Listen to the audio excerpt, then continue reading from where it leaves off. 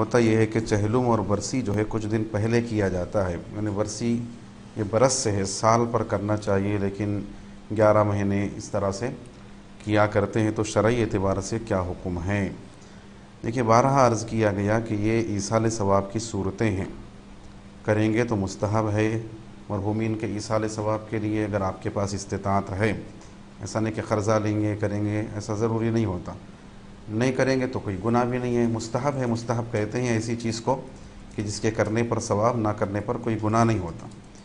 اب اس کے لیے بھی ایسا کوئی ٹائم مقرر نہیں ہے کہ اتنے دن میں ہی کرنا چاہیے، فلاں ٹائم ہی کرنا چاہیے، سمجھے۔ چہلم کے بارے میں فرمایا گیا کہ کیونکہ روایتوں میں آتا ہے کہ فرعون والوں کے لیے قرآن مجید میں اللہ تعالیٰ نے فرعون کے لوگوں کے لیے فرمایا، فرعون اس کے لوگوں کے لیے فما بکت علیہم السماء والارض، کہ آسمان اور زمین ان پر نہیں روئی جب وہ ڈبو دیے گئے سمندر میں، فرعون اور اس کے لوگ۔ تو مفسرین اس کے تحت لکھتے ہیں کہ جب مومن کا انتقال ہوتا ہے تو 40 دن تک جو اعمال اللہ کی بارگاہ میں پہنچ رہے تھے، جو جگہوں سے آسمان کا وہ حصہ اور زمین کے وہ حصے کے جہاں پر وہ عبادت کرتا تھا، وہ 40 دن تک رویا کرتے ہیں، تو وہ 40 دن تک غم میں رہتے ہیں۔ اور 40 کے عدد کی بڑی برکتیں بھی ہے اور بڑی فضیلتیں بھی ہے، تو اس وجہ سے پھر چہلم کے فاتحہ کو رکھا گیا۔ اور 3 دن کا فاتحہ جو ہوتی ہے اس لیے کیونکہ حضور اکرم صلی اللہ علیہ وسلم فرمائے کہ غم منانا جو ہے کسی مرنے والے پر 3 دن سے زیادہ اس کی اجازت نہیں ہے۔ تو 3 دن کے بعد کیونکہ غم کے جو ایام تھے وہ ختم ہو گئے، اس کا اظہار بھی ہے،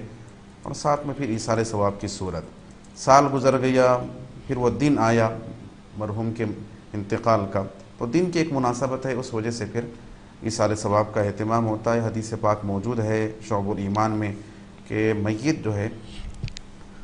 ایسے ہی انتظار میں رہتا ہے جیسے ڈوبنے والا کسی مدد کا انتظار میں رہتا ہے،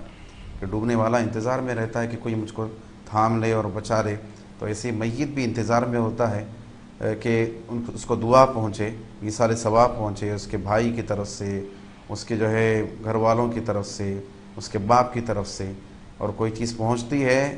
تو سب سے زیادہ دنیا و ما فیہا سے اس کے پاس جو ہے پسندیدہ ہوتی ہے، اور فرمایا کہ